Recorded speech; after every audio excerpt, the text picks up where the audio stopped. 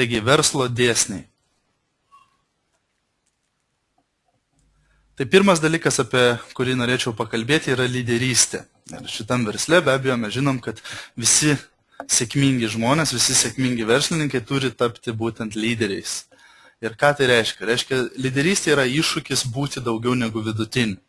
Tai yra labai lengva tiesiog stengtis slinkti per gyvenimą, tiesiog būti nepastebėtam, per daug neįsišokti ir taip toliau. Bet lyderis būtent yra tas žmogus, kuris visą laiką stengiasi padaryti daugiau, negu iš jo prašoma. Stengiasi atlikti kažką daugiau, negu iš tikrųjų reikėtų. Ir visą laiką būtent stengiasi būti daugiau negu tuo vidutinioku, tuo normaliu, tuo socialiai priimtinu žmogeliu. Reiškia, tai būtina pakilti iki to naujo lygio. Bet tame naujame lygmenyje yra keli dalykai. Yra galimybė ir yra atsakomybė. O būtent dauguma žmonių mato tą galimybę, mato tos pinigėlius, mato tos Mercedesus, mato tas visas dovanas, bet būtent nemato atsakomybės. Kad su ta lyderystė ateina ir ta atsakomybė. Atsakomybė už žmonės, atsakomybė už kompanijos vardą, atsakomybė už bendrai save ir taip toliau. Taigi, kas nenorėtų tos atsakomybės, kurie atkeliauja kartu su galimybė sukurti neeilinį gyvenimą?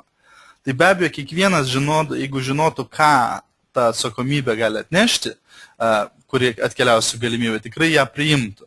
Taigi mes turime išmokti būti stiprus, bet ne grubus. Turime išmokti būti drąsus, bet ne priekabiautojai. Taigi turime pasinaudoti tą galimybę, bet neprievartauti žmonių. Tai visgi dėl to yra jų pasirinkimas. Lyderystė per pakvietimą, o ne per įžūlumą. Tai rodo lyderio silpnumą, jeigu jisai yra tiesiog įžūlus, o nepritraukia pats tų žmonių. Reiškia, mes neturime kažkokiu būdu apgauti tos žmonės, ar kažkaip įtikinti juos, ar ten kaip be pavadintume. Mes tiesiog turime būti toksai žmogus, kuris automatiškai pritraukia tos žmonės, kur žmonės norėtų leisti laiką su jumis, jie norėtų jūsų klausytis, jie norėtų tapti jūsų komandos nariu. Ir tai yra lyderystė per įkvėpimą. Reiškia, įkvėpti žmogų, pakilti į aukštesnį lygį, kažko siekti gyvenime daugiau, negu jisai kitokiu atveju būtų siekęs. Ir būkime geri, bet nesilpni. Būkime mąstytojai, bet netinginiai. Reiškia, reikia mąstyti, bet reikia būtinai ir veikti. Nes, kaip žinome, mąstymas be veiksmo yra tiesiog svajonė. O jeigu žmogus prideda veiksmą, tada yra rezultatas. Ir būkite nuolankus, bet nebaikštus. Reiškia, nuolankumas tai yra vertybė, bet baikštumas ar bailumas tai jau yra liga. Ir būkite išdidus, nebūdami arogantiški. Vienas mano mėgstamiausių tinklinio marketingo mokytojų, Jim Rohn, jisai sako, kad arogancija yra vaikiškas bandymas atsverti savęs nevertinimą. Reiškia, jeigu žmogus savęs nevertina, ar jam trūksta to pasitikėjimo savimi, tai jisai tai išreiškia būdamas arogantiškas. Ir tiesiog tai nieko gero iš tikrųjų. Ir arogancija iš nemokšiškumo yra pati blogiausia. Kaip Jim Rohn sako, jeigu žmogus yra protingas ir arogantiškas, mes tai galime toleruoti. Bet jeigu žmogus yra kvailas ir arogantiškas, tada jau yra tiesiog skaudu žiūrėti. Taigi, pirmasis dėsnis, kurį norėčiau paminėti ar apie kurį pašnekėti, būtent yra sėjimo ir pjūties dėsnis. Ir šis dėsnis yra paremtas būtent ištrauka iš Biblijos ir tie iš jūsų, kurie lankė tikybos pamokas mokyklai ar galbūt apsilanko bažnyčioje kartas nuo karto, tai tikrai bus girdėję tą ištrauką. Ir jinai iš tikrųjų labai gerai tinka būtent šiam pristatymui ir šiam verslui iš tikrųjų. Taigi, tas dėsnis sako, kad ką pasėjame, tą mes ir pjauname. Ir kad nusipelnytume derliaus, turime pasodinti sėklą ir ją rūpintis. Ir jei gerai pasėjame, gerai ir pjausime. Bet negalime pjauti gėlių, jeigu pasėjame kviečius. Reiškia, tai, ką mes darome, tokius rezultatus mes ir gausime. Šitame versle daryk, kaip aš sakau, ne kaip aš darau, neveikia. Ką mes darome, tokius mes rezultatus ir matysime. Ir kartais šis dėsnis neveikia iš viso. Ką tai reiškia? Reiškia, turime būtent to fermerio istoriją, kur fermeris pasodina sėklą, reiškia, prižiūri ją, ten taip toliau, rūpinasi savo tuo, reiškia, laukais ir užeina kruša kažkokia ar kažkoks stichinė nelaimė, reiškia, ir nusiaubė visą jo tą derlių. Reiškia, jisai nieko atėjus rudeniui negali nupjauti, reiškia, jokio derliaus nenuima.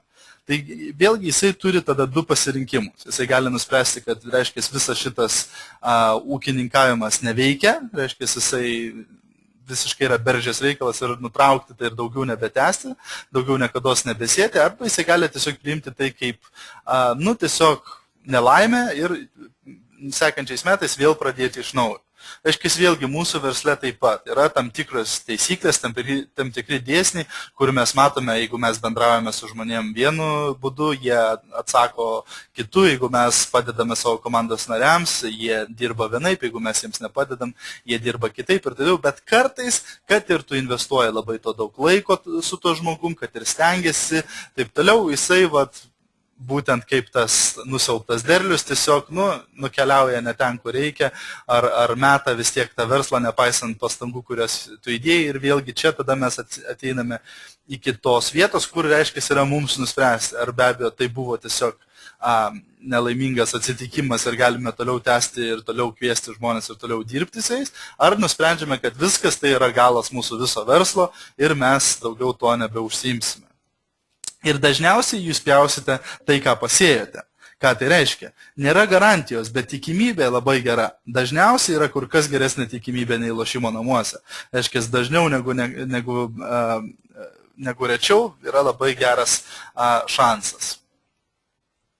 Taigi, tas sėjimo ir pjūties dėsnis. Taigi, istorija yra tokia, kad sėjėjas išsirengė sėti javų. Yra dvi sąlygos. Jisai turėjo labai geras sėklas, labai gerą istoriją ar neprilygstamą produktą ir jisai buvo ambicingas. Taigi vėlgi, mūsų FM versle mes turime fantastišką sėklą, reiškia, mes turime fantastišką verslą, labai gerą verslo modelį, mes turime labai fantastišką produktą, kuris yra super geros kokybės už labai labai prieinamą kainą. Reiškia, šita sąlyga yra išpildoma automatiškai ir tada antra sąlyga, kad mes turime būti ambicingi. Reiškia, norint, kad jums šitas sėjimo ir pjūties dėsnis tiktų, jūs turite būti ambicingas. Ir be abejo, kiekvienas suprantame, kad šitam versle, jeigu tu nesi ambicingas, jeigu tu nesiki savo tikslo ir nesi pasiruošęs investuoti daug laiko ir pastangų į šį verslą, be abejo, rezultatų didelių tikėtis būtų neverta. Taigi, ir jam sėjant vieni grūdai nukrito pakelėje, buvo sumindžioti ir dangaus sparnuočiai juos sulėsi. Taigi, jūs pakviečiate kažką į pristatymą, tikitės, kad tas žmogus ateis, prisijungs prie komandos ir jie neateina. Taigi, kas atsitiko? Būtent paukščiai juos pačiupo. Reiškia, vėlgi labai dažnas variantas, kad žmonės naujai pradeda šį verslą ir jie įsivaizduoja, jeigu aš pakviečiau 5 žmonės ateiti į pristatymą, būtent 5 žmonės ir ateis į pristatymą. Bet kas dažniausiai atsitinka, būtent tie paukščiai juos pačiumpa. Taip, jie nedaeina iki jūsų to pristatymo, nes vienas pakalbėjo su savo antra pusė ir jie atkalbėjo jį, kitas pakalbėjo su bendradarbiais ir jie atkalbėjo, dar kažkas atsitiko, ir žodžiu, tie žmonės apsigalvoja, dar kažkas atsitinka ir jie taip ir nedaeina iki jūsų pristatymo. Ir ką jūs galite dėl to padaryti? Ogi visiškai nieko. Jūs galite eiti vaikytis tų paukščių, bet to jums tikrai nerekomenduočiau. Ką galima patarti, reikia jums toliau sėti sėklas. Ir jeigu jūs pagalvosite, būtent reikia sėti daugiau, negu tie paukščiai gali sulesti. Tai būtent mūsų sėjėjas to istorijoje ir daro. Jisai sėja daugiau ir tiesiog nekreipia dėmesio ir toliau keliauja, toliau sėja tas sėklas. Taigi, pasitikėkite to būtent vidurkio dėsniu. Reiškia, nebandykite išspręsti viso pasaulio problemų. Taigi, toliau sako, kad kitos sėklos nukrito ant uolų ir jų daigai sudžiuvo, nes trūko drėgmės. Vėlgi, kai kurie iš jūsų naujų komandos narių pradės šitą verslą, užsiregistruos, nusipirks smegenukų paką, labai susižavėję verslu, visą idėją, uždarbių, produktą įsimylėję, atrodo super, pats geriausias komandos narys, koks tik tai gali būti. Ir karštas oras juos nugalės. Ką tai reiškia? Reiškia, kadangi jie dar neturi daug patirties, dar neturi daug supratimo apie tinklinę marketingą ir iš vis kaip šitas verslas veikia, pirmas žmogus, kuris pasakys bu, ir jie iš karto meta tą verslą. Reiškia, pirmas nepatenkintas klientas, ar pirmas žmogus, kuris pasijokė iš jų, taip toliau, ir jie iš karto praranda savo pasitikėjimą savimi ir padeda mėginukų paką į spintelę po kriauklę ir ramu. Reiškia, daugiau verslo jau jie nebedarys. Vėlgi, ką jūs galite dėl to padaryti? Ogi visiškai nieko. Ką jūs galite daryti? Tai reiškia sėti toliau. Reiškia, sėkite toliau tą sėklą ir toliau kalbėkite su žmonėmis. Taigi, istorija toliau tęsiasi. Reiškia, dar kiti nukrito tarp erškėčių. Tie kartu užaugę, juos, reiškia, nusmelkė tos daigelius. Vėlgi, erškėčiai kai kuriuos nugalės. Reiškia, kai kurie iš jūsų komandos narių užsiregistruos, pradės daryti veiklą, bet būtent tie erškėčiai juos nugalės. Taigi, kas tie erškėčiai? O būtent tie erškėčiai yra visi tie gyvenimo rūpestėliai, darbeliai, visi išsiblaškimai ir taip toliau. Taigi, vėlgi, kažkas nedaėjo iki pristatymo, jūs organizuojat pristatymą, organizuojat apmokymus ar webinarą ir būtent tas žmogus neatėjo, nepasirodė. Ir jūs jam tam žmogui paskambinat, sakot, Jonai ar Marytė, kodėl neatėjai į apmokymus, nu ir sako, va, taigi garaže pamačiau šiukšlių prisikaupę, taigi negali leisti, kad tavo visi namai būtų užvaldyti šiukšlėmis, turi išvalyti. Ar sakai, Marytė, kodėl tu neatėjai, sako, va, nu taigi va, spintelės duris atsilaisvino, reiškia, turėjau suorganizuoti, kad kas nors sutaisytų, negali leisti, kad visas namas sugriūtų tavo. Taip, tai reiškia, kai kurie žmonės leidžia mažiems dalykams nuvilioti juos nuo didelių galimybių. Ir tai be abejo yra skaudu žiūrėti, bet nieko negalima dėl to padaryti.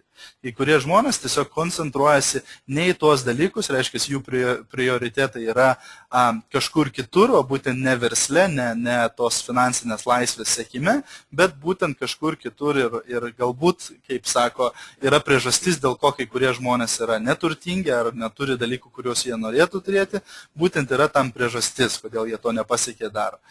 Būtent, kad jie koncentruojasi ne į tuos dalykus, kuriuos jie turėtų.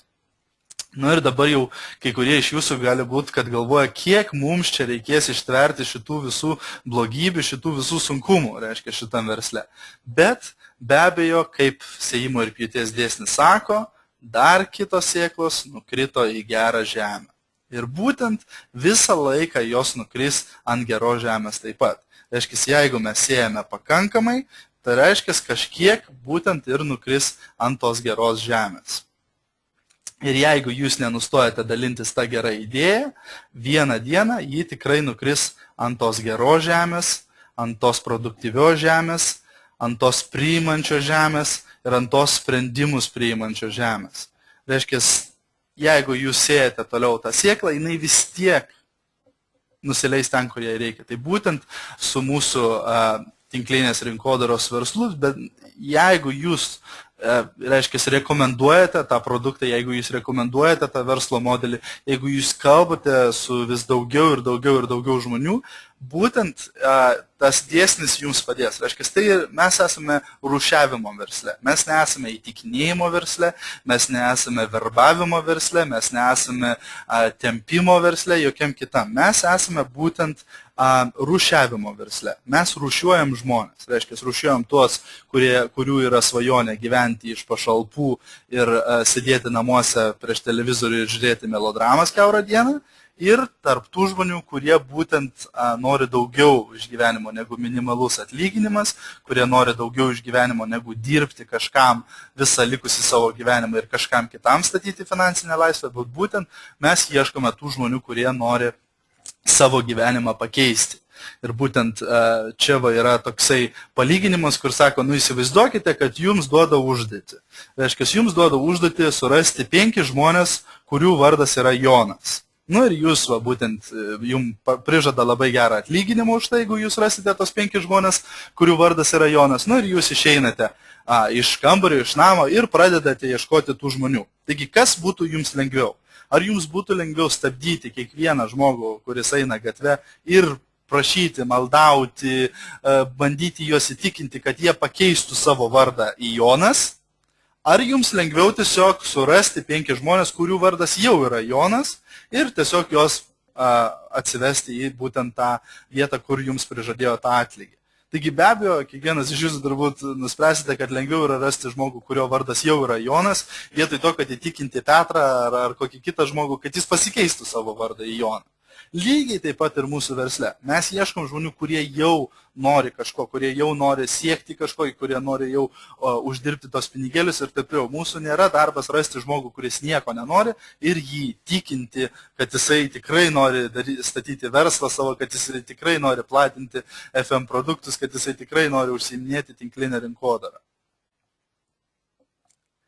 Ir istorija toliau keliauja ir sako, kad išaugę šie daigai, kai kurie davė 10-eriopą, kai kurie 20-eriopą, kai kurie 50-eriopą ir kai kurie net 100-eriopą derlių. Taigi vėl, kiekvienas žmogus yra skirtingas. Ką tai reiškia? Reiškia, kiekvienas turi skirtingas ambicijas. Ir mes turime priimti tos žmonės tokie, kokie jie yra. Mes jų negalime pakeisti. Kai aš pradėjau užsiiminėti tinklinę rinkodarą ir pradėjau statyti komandą, aš sakiau, aš visus savo komandos narius priversiu atnešti būtent tą 100-eriopą derlių, net jeigu aš numirčiau nuo to. Žinokit, kad beveik ir numiriau. Reiškia, darbas yra toks, kad mes dirbame su tais žmogeliukais ir, reiškia, leidžiame jiems pasiekti tai, ką jie nori pasiekti. Reiškia, jeigu žmogaus yra užsibrėžtas tikslas pasiekti A klasės Mercedesą, tai mes nebandome jam įpiršti, kad jo tikslas yra pasiekti S klasės Mercedesą. Jeigu žmogaus tikslas yra uždirbti vienokį atlyginimą kas mėnesį, jūs jo neįtikinsite, kad būtent jo tikslas yra uždirbti kitą atlyginimą. Tai vat būtent vėlgi čia reikia įsiklausyti į tą žmogų ir klausti jo, kai jisai prisijungia prie jūsų komandos, kokie yra tavo tikslai, ką tu norėtum gauti iš šito verslo ir ką tu norėtum uždirbti ir kokie iš visų tavo yra idėja ir kada tu manytum, kad tu pasiekei savo tikslus. Vietoj to, kad tiesiog galvotume už tą žmogų. Reiškia, kadangi jūs norite pačio geriausio Mercedeso, kadangi jūs norite pačio didžiausio atlyginimo kompaniją, tai nereiškia, kad automatiškai kiekvienas žmogus prisijungęs prie verslo norės tų pačių dalykų, kurių jūs norite iš to verslo. Ir būtent tai yra kaip sezonai. Mes negalime sakyti, norėčiau 2 vasarų, pavasario ir rudens. Ne, mes tiesiog turime juos priimti, tokie sezonai, kokie jie ateina. Reiškia, eilės tvarka. Lygiai taip pat ir tie žmonės. Jie ateis skirtingi kaip ta kortų kaladė. Nors kiekvienas iš mūsų būtent ieškome tų tūzų toje kaladėje, būtent tas tūzas gali būti kažkam jisai ateis kaip pati pirma korta, pas kažką gali būti tas tūzas pati paskutinė korta kaladėje. Ir mes tiesiog dirbame su visais žmonėm, reiškia, kurie ateina būtent iš tos kaladės. Ir, reiškia, neišvengiama gyvenimo erozija sako, kad visą laiką bus daugiau pirmakursių negu absolventų. Ką tai reiškia? Reiškia, ne visi, kurie pradės, būtent pabaigs. Taigi, kai kurie pasėja tą sėklą pavasarį, o palieka ją ir pamiršta apie ją vasarą. Ir būtent niekados negrįžta nupjauti to derliaus. Ir būtent mes tokių pavyzdžių turime ne vieną ir ne 2. Dauguma žmonių, kurie klausosi šio pristatymo, žino mūsų deimantinę orchidėją Ireną Oliver ir būtent ją pakvietęs žmogus metė šitą verslą ir niekados net nesužinojo, kad jos komandos narė būtent pasiekė deimantinę orchidėją.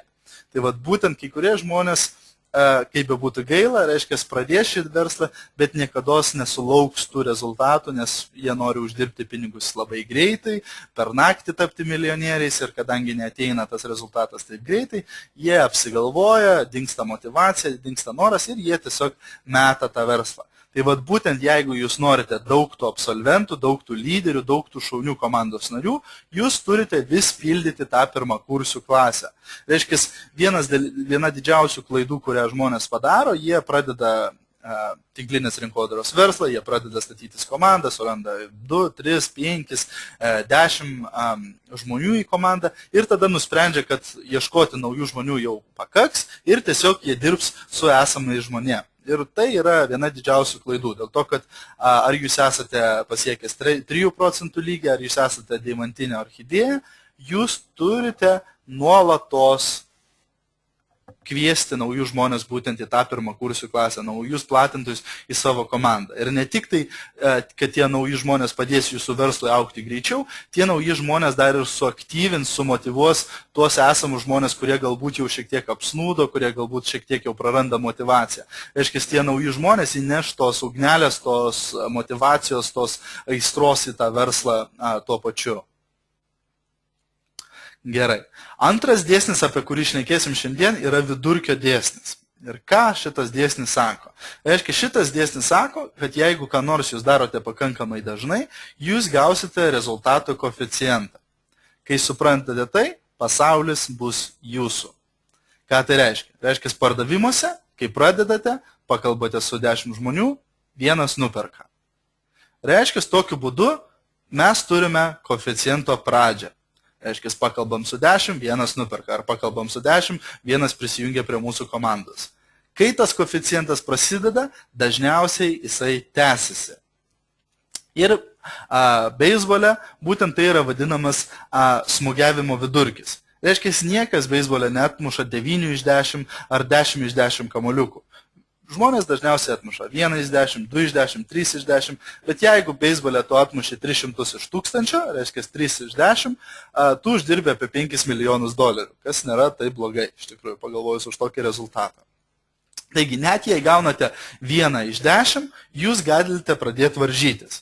Ir kažkas galbūt, kuris žmogus buvo ilgiau versle, jisai jau pramokęs, jo įgūdžiai geresni ir jisai, sakykime, gauna 9 iš 10. O jūs tik tai pradėjote ir jūs gaunate tik tai 1 iš 10. Jūs jau galite varžyti su to žmogu. Nusprendžiate varžytis 1 mėnesį, tas žmogus pakalba su 10, pasirašo 9 žmonės, jūs pakalbat su 100, pasirašo 10.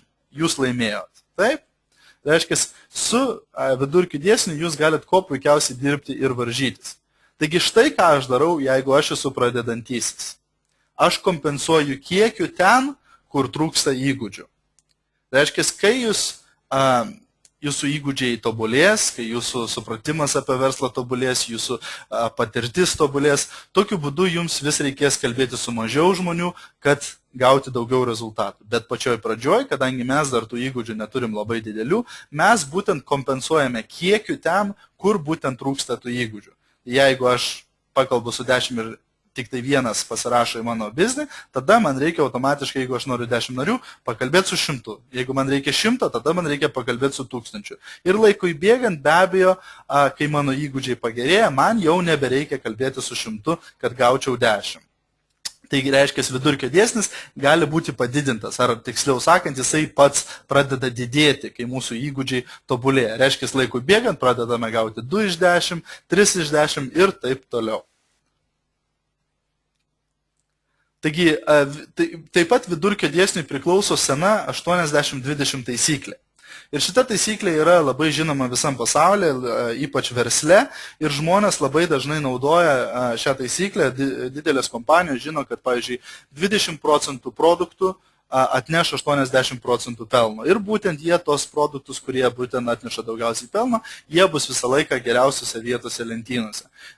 Didelės kompanijos žino, kad būtent 20% žmonių atlieka 80% verslo. Ir kiti 80% žmonių atlieka tik tai 20% verslo. Reiškia, yra tam tikra dalis žmonių, kurie labai stengiasi, labai motyvuoti yra, labai gerai dirba ir jie realiai yra būtent širdis tos kompanijos. Ir kiti tiesiog, palaiko ugnį ir jie tiesiog stengiasi praslinkti tas dienas, nepastebėti ir kad tik tai jie gautų savo tą atlyginimą, neturėdami dirbti per daug. Ir reiškia, šitam versle yra neišimtis ir lygiai taip pat 20% žmonių jūsų komandoje atliks kažkur 80% verslo ir kiti 80%, kurie tiesiog perka produktus savo, ar tenai per šventės apsiperka, ar parekomenduoja retkarčiais, reiškia, jie atliks tik tai 20% verslo.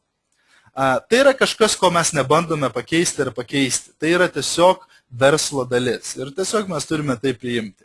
Ir tai yra kažkas, kuo mes pasinaudojame, kai mes tai suprantame. Tai vat būtent ta taisyklė mums padeda laiko planavime. Būtent, kad mes duodame tik 20% savo laiko tiems 80% žmonių, kurie tiek daug nedaro.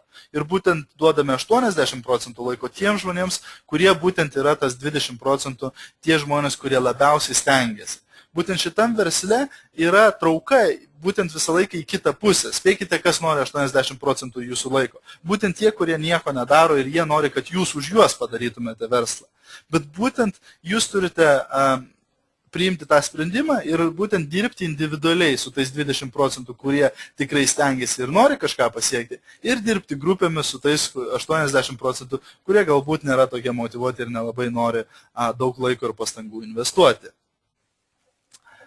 Taigi, paskutinis trečias dėsnis, apie kurį norėčiau šiandien pakalbėti, būtent yra tikėjimo dėsnis. Dabar tikėjimas nebūtinai iš religinės pusės, čia kalbama apie tikėjimą iš visų žvilgsnių, reiškia tikėjimas savimi, tikėjimas savo produktų, tikėjimas savo verslu, tikėjimas savo pastangomis ir taip toliau. Reiškia, nebūtinai tas religinis tikėjimas ta aukštesnė būtybė. Reiškia, tikėjimas tai yra gebėjimas matyti dalykus, kurie dar neegzistuoja. Taigi jūs galite dabar suprasti, kodėl tas tikėjimas yra toks svarbus mūsų versle. Reiškia, labai retas žmogus, kuris užsiregistruos į FM kompaniją ir gaus Mercedesą ateinantį mėnesį. Ar gaus 50 000 čekį po 2 savaičių. Reiškia, tai neatsitinka per naktį. Ir būtent ta vizija, tas tikėjimas, kad būtent tas verslas atneš tau tos rezultatus, kurių tu nori, bet tai gali užtrukti pusę metų, metus, 2 metus, gal 3 metus, kol tu pasieksi tos top rezultatus visoje kompanijoje. Ir būtent jeigu tu neturi to gebėjimo matyti dalykus, kurie dar neegzistuoja, kurių tu dar nepasiekiai, tai bus labai sunku likti motyvuotų šitam versle. Tai būtent tas tikėjimas gali pakeisti sunkumą į realybę ir dažniausiai į teigiamą realybę. Ir tas tikėjimas yra tai gebėjimas matyti taip, kaip yra. Reiškia, jisai neignoruoja negatyvių dalykų, bet jais pasinaudoja. Mes nesakom, kad jūs turite matyti visą pasaulį pro rožinius akinius ir sakyti, kad čia viskas yra tvarkoj, visi nori pirkti šitą produktą, visi nori tapti jūsų verslo dalim ir taip toliau. Ne, be abejo ne, bet mums ir nereikia, kad visi pirktų tą produktą ir visi būtų mūsų kompanijoje. Galų gale kažkam vis tiek reikės išvežti šiukšlės, kažkam vis tiek reikės aptarnauti jūs restorane, kažkam vis tiek reikės jūs aptarnauti parduotuvėje. Tai reiškia, jeigu visi žmonės susiregistruotų į jūsų komandą, nebeliktų kam daryti kitus darbus. Tai yra visiškai normalu, kad ne kiekvienas žmogus norės tų dalykų. Ir vėlgi, kai kurie žmonės sako, bet vis dėlto šitas verslas yra sunkus. Ir būtent aš visą laiką sakau taip, jeigu jisai būtų lengvas, visus žmonės, kuriuos pažįstate, jie jau uždirbinėtų po 50 000 litų į mėnesį. Taigi būtent tie atlyginimai, tos dovanos tokios yra būtent suteikiamos todėl, kad tai nėra lengva. Tai yra paprasta, reiškia, sistema yra sukurta ir jeigu jūs sekate žingsnis po žingsnio, yra tiesiog laiko klausimas, kol jūs pasieksite tos rezultatus. Bet tai niekados nesakome, kad yra lengva. Ir aišku, jeigu nebūtų blogų dalykų, ką mums reikėtų to tikėjimo iš visų pirma. Bet būtent mes neturime matyti blogiau, negu yra taip pat. Kartais žmogus pasikalba su vienu, antru, trečiu žmogum, kurie galbūt nėra patys geriausi kandidatai būti jo komandos nariais. Ir kadangi visi tie 3 žmonės pasakė ne, jie sako, vis šitas verslas neveikia, niekam čia neįdomu ir aš metu. Reiškia, vėlgi turime užsibriežti tos tikslus ir duoti šansą tam verslui, duoti šansą tam produktui, tai kompanijai ir kad suprastume, ar tai šis verslas veikia ar ne. Ir būtent vienas didžiausių verslo mokytojų pasaulyje, žmogus vardu Robertas Kiyosakis, jisai sako, kad jeigu jūs pradėjote užsiiminėti tinklinę rinkodarą, turite duoti bent jau 5 metus tam verslui, reiškia investuoti savo pastangas ir laiką bent jau 5 metus, kad tikrai išbandytumėte tą kompaniją 100% ir tikrai suteiktume galimybę tai kompanijai jums atlyginti už tas pastangas ir taip toliau. Reiškia, nesitikėkite, kad čia per savaitę, per kelias savaitės tie rezultatai iš dangaus nukris ir jūs jau tapsite milijonieriais. Ir būtent tas tikėjimas mato geriau negu yra kartais. Būtent ar jūs galite matyti pro tos sunkumus, matyti tą šviesų rytoj. Aš žinau, kaip aš asmeniškai pats pradėjau veiklą su FM, tas 3, tas 6% atėjo, bet tos orchidėjų klubas ir tie visi kiti rezultatai atrodė taip toli, aš sakydavau kaip iki mėnulio peškom. Bet jeigu tu sugebi matyti protos sunkumus, protos dalykus, kurie iš pradžių yra gana sunku, kadangi tu neišmanai verslo, neišmanai pardavimų, neišmanai bendravimo, ką tu išmoksti kaip dalis verslo, jeigu tu sugebi matyti proto sunkumus, kad ateis ta diena, kada ir tau bus lengviau, kada ir ateis tie rezultatai, bus ir ta komanda didesnė ir taip toliau, tada tu tikrai pasieksi tų rezultatų. Tai būtent reikia skatinti save ir savo komandos narius, būtent svajoti tas svajonės, planuoti, įsivaizduoti, kaip jie pasieks dalykus ir taip toliau. Netgi dabar su jumis kalbėdamas tiesiai prieš save matau būtent tą vadinamą vizijos lentą, kur prieš kažkur 2 metus su žmona mes prikabinome daug visokių nuotraukėlių, reiškia dalykų, kuriuos mes norėjome pasiekti. Reiškia namas, mašina svajonių, tas, anas, trečias dalykas, visi dalykai, kuriuos norėjom pasiekti. Ir vienas svarbiausių dalykų pačiam vidury tos lentos yra pakabintas lapas, kur parašyta lietuviškai pasiduoda tik nevykėliai. Ir reiškia, kiekvieną dieną mes žiūrėdavom į talentą ir matydavom kiekvieną dieną atsikėlę būtent talentą ir būtent tos dalykus, apie ką mes svajojam ir ko mes norim pasiekti. Ir tai būtent mus motyvavo. Reiškia, mes matėm toliau negu tos problemėlės, kurios būna tuo metu, kai tu užsiemi to verslu. Trečias punktas – tikėjimas padaro geriau negu yra. Reiškia, tikėjimas turi būti investuojamas į raumenis. Būtent jeigu jūs investuosite tą savo tikėjimą, tą pasitikėjimą, tą norą į veiksmą, jūs galite pakeisti kiekvieną situaciją į geresnę. Reiškia, tokiu būdu mes, kaip ir minėjau anksčiau, reiškia, tas noras, ta svajonė, be veiksmo jinai ir liks tik svajonė, tik tai liks to tikėjimu, kad kažkas bus. Jeigu jūs investuosite tą tikėjimą į veiksmą, į raumenis, reiškia, imsitės veiksmų, tada ateisite rezultatai. Ir tikėjimas nemato daugiau, nei tai galėtų būti. Yra plona linija tarp tikėjimo ir kvailystės. Būtent yra normalu save matyti milijonieriumi. Ir aš matau save, kad aš būsiu milijonieriumi vieną dieną. Bet tikrai ne per naktį. Tai tikrai neatsitiks rytoj ar poryt. Bet tai atsitiks laikui bėgant ir aš esu visiškai tuo užtikrintas. Bet tiesiog tai be abejo užtruks laiko ir aš to sieksiu, kol aš tai pasieksiu. Ir gali būti blogiau, nei iš pradžių atrodo. Kartais mes pradedam verslą ir mes įsivaizduojam, kad bus labai labai lengva. Įsivaizduojam, kad kiekvienas žmogus, su kurio pakalbėsim, tiesiog griebs tą produktą iš mūsų rankų, kiekvienas žmogus, su kurio pakalbėsim, tiesiog, kaip jie galėtų nematyti potencialo tokiam fantastiškam versle, tai reiškia, visi jie registruosis pas mus į komandą ir visi jie užsiims to verslu ir visi kvies kiekvienas savo komandą ir reiškia, dažnai tai neatsitinka iš karto. Ir būtent kartais yra blogiau negu atrodo. Reiškia, kartais nėra taip lengva, kaip atrodo. Ir gali būti daugiau ateityje, negu pirma galite įsivaizduoti.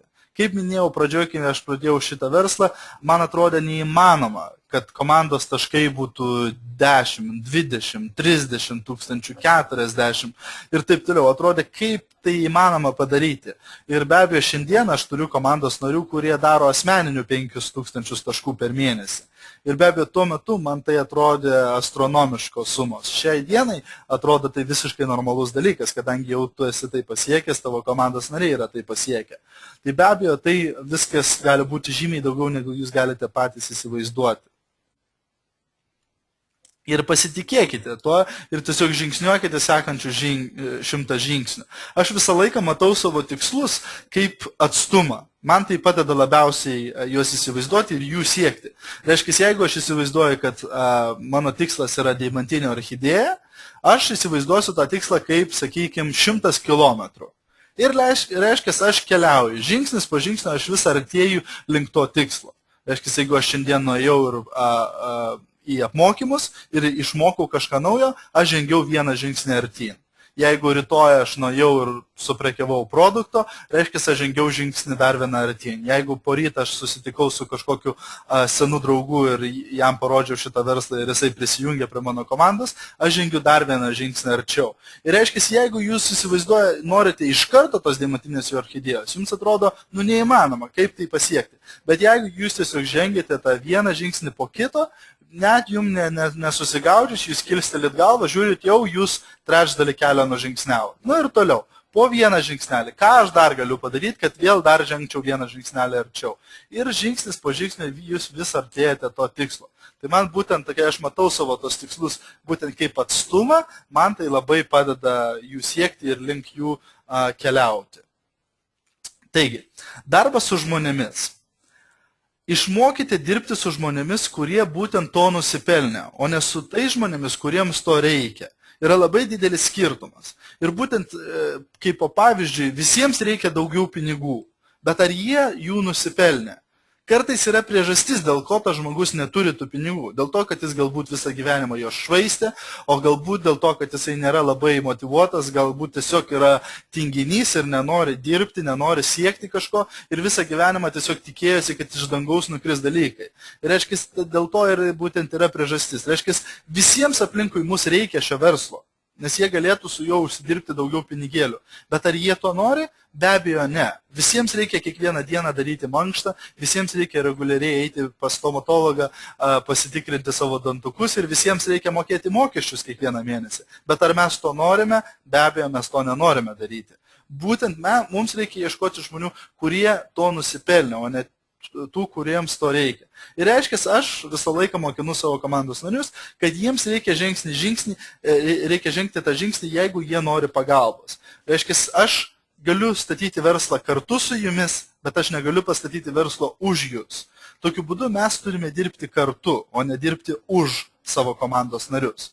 Ir būtent mes turime išmokinti žmonės nusipelnyti tos pagalbos. Tokiu būdu mes padedame augti jų savigarbai. Reiškia, jeigu nori, kad aš praveščiau pristatymą tavo žmonėms, reiškia, sukviesk ir suorganizuok būtent tą pristatymą, o aš ateisiu ir pristatysiu tą verslą. Nori, kad aš tau padėčiau suprekiauti tam tikrą kiekį produktų, tai būtent suorganizuok tą vakarėlį ir aš padėsiu tau jį pravesti, ar aš jį pravesiu už tave, bet tu suorganizuok tos žmonės ir taip. Reiškia, mes padedam tiem žmonėms nusipelnyti tos mūsų pagalbos. Ir būtent jeigu mes padedam aukti jų savigarbai, savigarba mus nukreipia į veiksmą, veiksmas nukreipia į progresą, o būtent progresas nukreipia mus į turtą. Reiškia, jeigu žmonės nuolatos veikia, nuolatos progresuoja, tai yra tik tai laiko klausimas, kol jie pasieks būtent tuos turtus, tas sąlygas, kurių jie būtent ir svajoja apie kuriuos. Ir būtent, kaip sakome, nesitikėkite, kad tavo obelis duos kriaušės. Reiškia, žmonės, kaip minėjau, turi skirtingus tikslus, turi skirtingas ambicijas ir būtent jie sieks skirtingų dalykų. Ką mums reikia daryti? Reikia leisti žmonėms daryti tai, ką jie sugeba. Ir laikui bėgant jie galės išmokti dalykus, kurių jie kol kas nesugeba. Reiškia, jūs negalite pakeisti žmonių, bet jie gali pakeisti save laikui bėgant. Ir geriausias dalykas, ką jūs galite daryti, tai būtent įkvėpti tos žmonės ir pasitikėti jais. Reiškia, jūs galite suteikti jiems ryžto, būti pavyzdys jiems, ką galima pasiekti šitame versle ir tiesiog jais pasitikėti ir jiems duoti žinoti apie tai, kad jūs jais pasitikite. Savo komandos nariams visą laiką sakykite, aš tikiu, kad tu gali pasiekti, aš tikiu, kad tu gali pristatyti tą pristatymą, ar kad tu gali surinkti tą tikslą taškų per mėnesį ir taip toliau. Ir be abejo, nepamirškite duoti to pripažinimo ir to apdovanojimo. Ir tai neturi būti kažkas labai brangaus ar kažkas labai sudėtingo. Kartais tiesiog skambutis tam žmogui gale mėnesio, tiesiog pasakyti, kad fantastiškai pasistengiai šį mėnesį ir rezultatai tavo yra tikrai labai šaunus šį mėnesį, gali būti pats didžiausias atlygis tam žmogui, kad būtent jūs pastebėjote, kad tas žmogus stengiasi šį mėnesį ir kažką daugiau pasiekė, negu kiekvieną mėnesį pasiekia. Taigi, aš galiu labai drąsiai teikti, kad šiandien aš esu turtingas žmogus. Ir būtent ne piniginė prasme galbūt, bet pirma, dėl mano palikimo. Aš laimingas turėdamas tėvus, knygas, kultūrą, technologiją, kurią paveldėjau. Reiškia, mums daugumą dalykų mes tiesiog priimame kaip natūralų dalyką, kaip tai jau ir turėtų būti. Bet jeigu jūs pagalvosite apie žmonės, kurie gyvena galbūt netokiomis privilegijomis, galbūt šalyse, kuriuose kur kas prastesnis gyvenimas, jie neturi tokių galimybių, kurias turime mes. Ir būtent mums nereikėjo išrasti tos technologijos, kurią mes turim. Šiandienai mes priimam mobilius telefonus kaip natūralų dalyką, bet netaip jau seniai žmonės neturėjo tokio dalyko. Ir viskas vyko žymiai lėčiau ir žymiai sudėtingiau. Šiai dienai mes turime internetą, turime telefonus, turime bevėlius ryšius ir taip toliau. Visus dalykus, kuriuos aš paveldėjau, kurių man nereikėjo sukurti, aš esu dėl to dėkingas ir dėl to aš esu labai turtingas. Taip pat dėl mano patirties. Patirtis tai yra turtas ir tai yra produktas. Tai yra dalykas, kuriuo jūs galite didžiuotis ir naudotis nuolatos. Būtent turite naudoti savo patirtį ir mokinkite savo komandos narius to, ką jūs jau patyrėte. Reiškia, ką jūs nuveikėte, kaip jūs tai padarėte. Dalinkitės tą patirtimį. Tai yra vienas brangiausių dalykų pasaulyje. Taip pat aš esu turtingas dėl mano draugų. Tai yra mano palaikymo sistema. Žmonės, kuriuos aš sutikau FM versle, su kuriais mes pradėjom kartu, kai kurie pradėjo už mane anksčiau, reiškia, mano sponsoriai, mano pagalbininkai, tie žmonės yra daugiau negu tiesiog žmonės, kurie pakvietė mane į verslą. Dauguma iš jūsų žino ir Dianą, ir Birutę su Ianu, ir tą pačią Ireną. Tai yra žmonės, kurie be galo padėjo man pasiekti rezultatų, išmokti apie šį verslą. Reiškia, jie yra mano palaikymo sistema, jie yra mano gyvybės aparatas šitame versle. Taip pat aš esu turtingas dėl mano žinių. Būtent tie žmonės, kurie perdavė savo žinias man, padarė mane turtingesniu, negu aš galėjau tikėtis. Nes tos žinios, tai jos yra prilygsta pinigams, prilygsta auksui.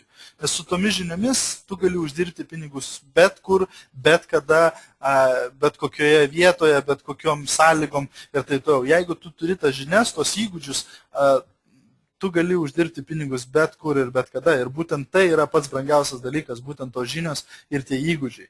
Taigi būtent vienas iš svarbiausių dalykų, ko mes turime prašyti, tai būtent to neįprasto sąmoningumo. Matyti dalykus, kas vyksta aplink mus, matyti tai, ką mūsų sponsoriai daro ir ką mūsų komandos nariai daro, matyti dalykus, naujovės, kurios atsiranda ir kurias mes galim panaudoti savo versle, savo komandose. Reiškia, prašykite to sąmoningumo ir būkite įžvalgus. Nes jeigu tiesiog užmerksite akis ir tiesiog keliausite tiesiai, nematydami, kas dedasi aplink jūs, jūs praleisite daug labai svarbių dalykų. Ir būtent aš esu turtingas dėl mano ateities. Visi tie geri dalykai, kurie dar tik įvyks. Ir visi iš jūsų yra turtingi dėl to, kad tiek daug dalykų dar atsitiks, tiek daug gerų dalykų. Ir jūs tiesiog turite išnaudoti tas visas galimybės, kurios laukia dar jūsų. Taigi aš norėčiau visus jūs šiandien palikti su iššūkiu. Iššūkiu leisti kitiems gyventi mažus gyvenimus, bet ne savo. Iššūkiu leisti savo gyvenimui būti ne tik priimtinu, bet būti įsimintinu. Su iššūkiu leisti kitiems verkti dėl mažų dalykų, bet ne savo. Taip pat su iššūkiu leisti kitiems švaistyti savo talentus, bet tik ne savo.